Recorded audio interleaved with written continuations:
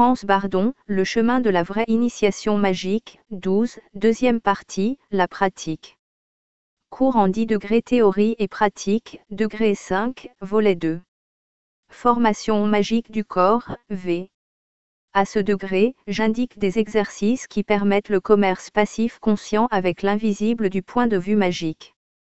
Les méthodes ont à vrai dire une certaine analogie avec celle du spiritisme, mais comme le mage s'en rendra compte par lui-même, il ne devient pas un instrument docile, appelé médium par les spirits. Le mage ne doit pas devenir le jouet de forces incontrôlables, au contraire, il dirige ses forces consciemment et apprend aussi à les employer consciemment. Ce faisant, il tient compte non seulement des lois du monde invisible, mais aussi de celles du monde physique. Pour le commerce passif avec l'invisible, il y a tout d'abord les exercices de lévitation dont le but consiste à préparer magiquement n'importe quelle partie du corps, afin qu'un esprit puisse se manifester grâce à son aide. Passons donc immédiatement à la pratique, asseyez-vous commodément à une table et posez vos mains. Effectuez une pression de force vitale dans la main droite et concentrez-vous de sorte que vous maîtrisiez votre main et vos doigts uniquement par la volonté, donc sans l'aide des muscles. Ensuite dissolvez par l'imagination la force vitale pressée de nouveau dans l'univers. À présent, commencez l'exercice de lévitation proprement dit. Pressez l'élément R dans l'index de la main droite et concentrez-vous de sorte que l'index soit aussi léger que l'air. Puis imaginez que vous soulevez l'index par la volonté, alors que la main et les autres doigts reposent calmement et sans mouvement sur la table. Vous devez avoir le sentiment que ce ne sont pas les muscles qui lèvent le doigt, mais votre volonté. Aussitôt que vous avez levé le doigt, abaissez-le de nouveau par la volonté. Si vous cessiez de vous concentrer pendant que le doigt est levé, il tomberait aussitôt. On peut en effet essayer cela, cependant seulement pour constater jusqu'à quel point la volonté ou les muscles le réalisent. Si vous pouvez effectuer à volonté la lévitation de l'index de la main droite, procédez de la même façon avec les autres doigts. Cet exercice est accompli, si vous pouvez lever et abaisser par la volonté tous les doigts de la main droite. On procède de même avec la main gauche et ses doigts. A-t-on aussi réussi cela? On essaie de lever de la même manière la main entière, premièrement la droite et ensuite la gauche. Si après quelques exercices, on a réalisé cela avec succès, on continue en levant par la volonté non seulement la main et l'avant-bras, mais aussi le bras. On peut étendre les essais et lever les deux bras à l'aide de la volonté. Si le mage étendait ces exercices à tout le corps, il serait sans façon en état, en s'exerçant suffisamment, d'élever par sa volonté tout son corps en l'air. Il pourrait marcher sur l'eau sans enfoncer, il pourrait voyager dans les airs avec son corps et pourrait accomplir à son gré encore bien d'autres choses. Il devrait bien entendu pratiquer ces exercices durant des années pour obtenir les succès mentionnés. De très hauts initiés réussissent aisément à produire ces phénomènes sans devoir d'abord s'exercer pendant des années, car cela dépend de la maturité et de la formation magique.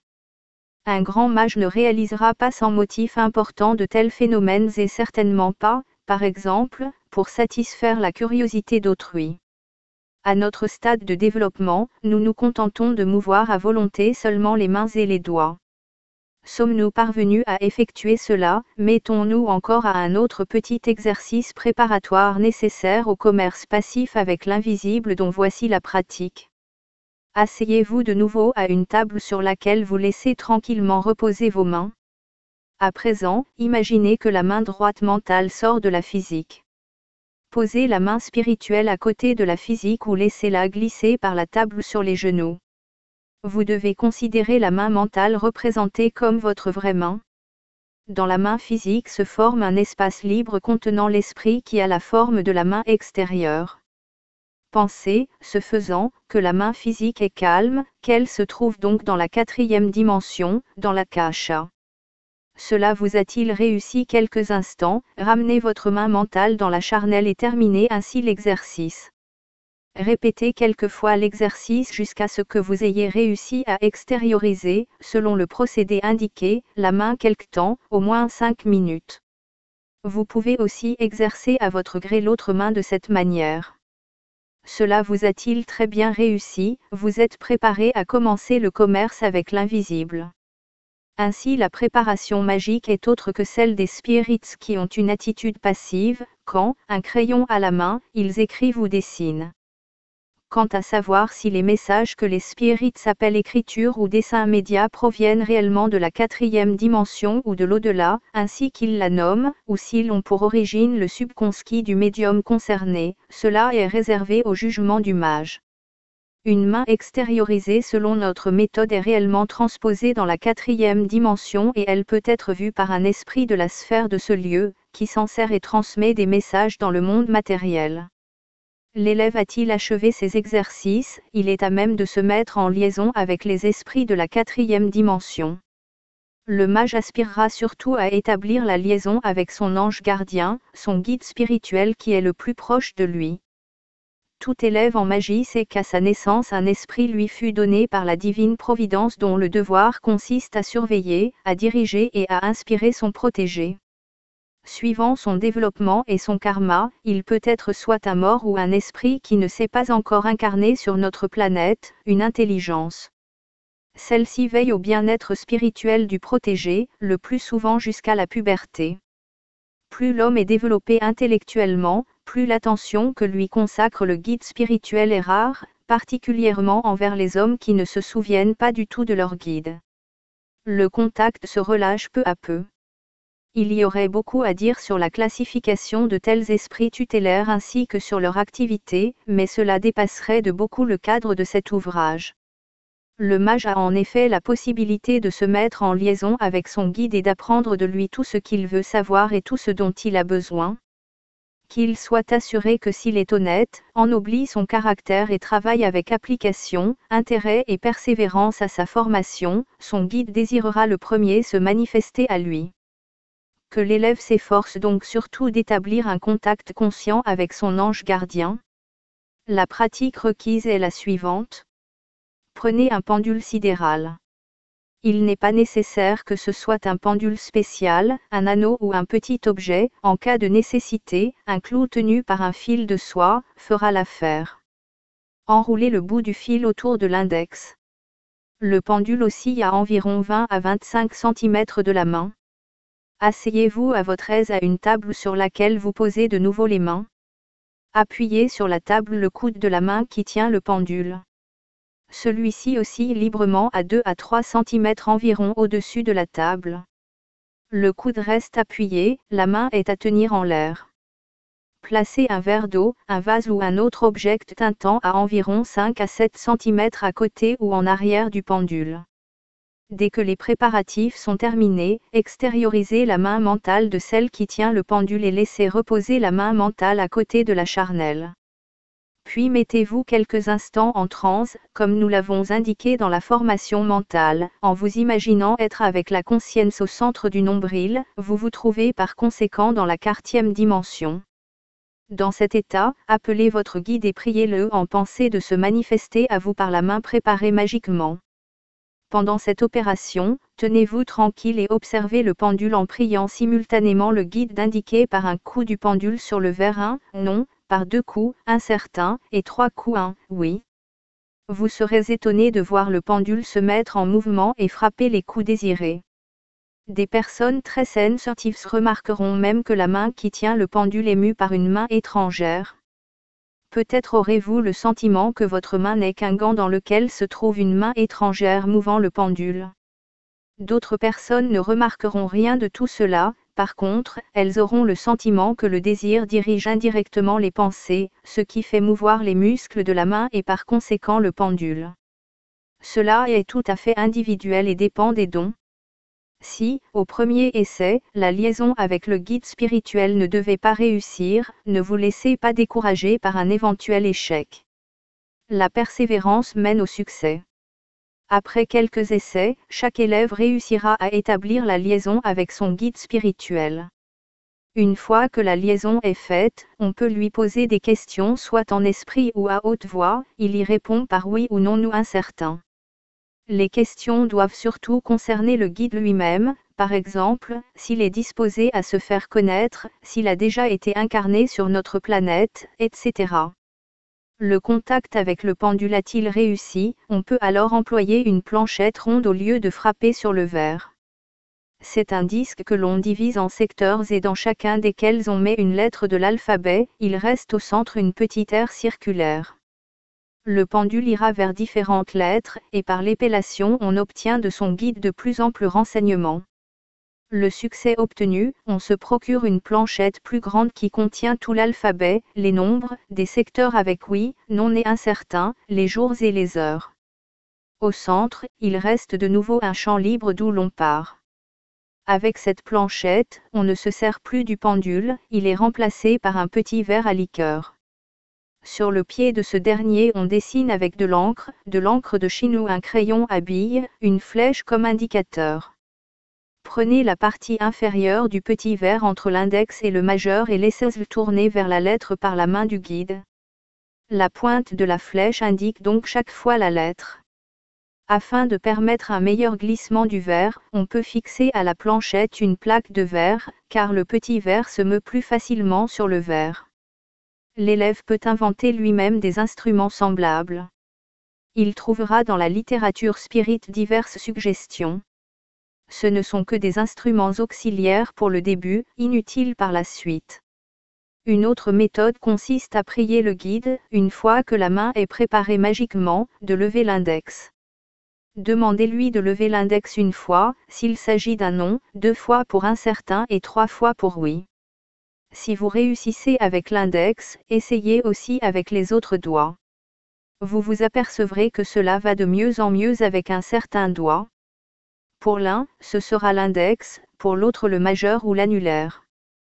Pratiquez alors toujours avec le doigt qui va le mieux, ce qui dépend de sa souplesse. Le mage fera aussi très bon accueil à cette méthode, car elle permet de réaliser le commerce passif avec le monde invisible, soit avec le guide ou un mort là aussi où une planchette ou un crayon ne peut être employé, comme, par exemple, en société, dans la nature, etc.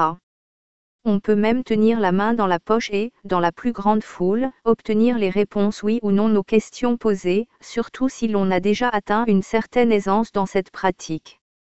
Maîtrisant toutes les expériences indiquées, on peut se mettre à l'écriture médiate.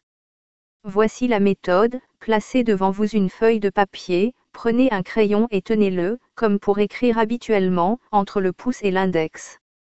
Enfoncez le pouce, l'index et le majeur dans un anneau de caoutchouc pas trop ferme que vous confectionnez vous-même en le découpant dans une chambre à air de bicyclette.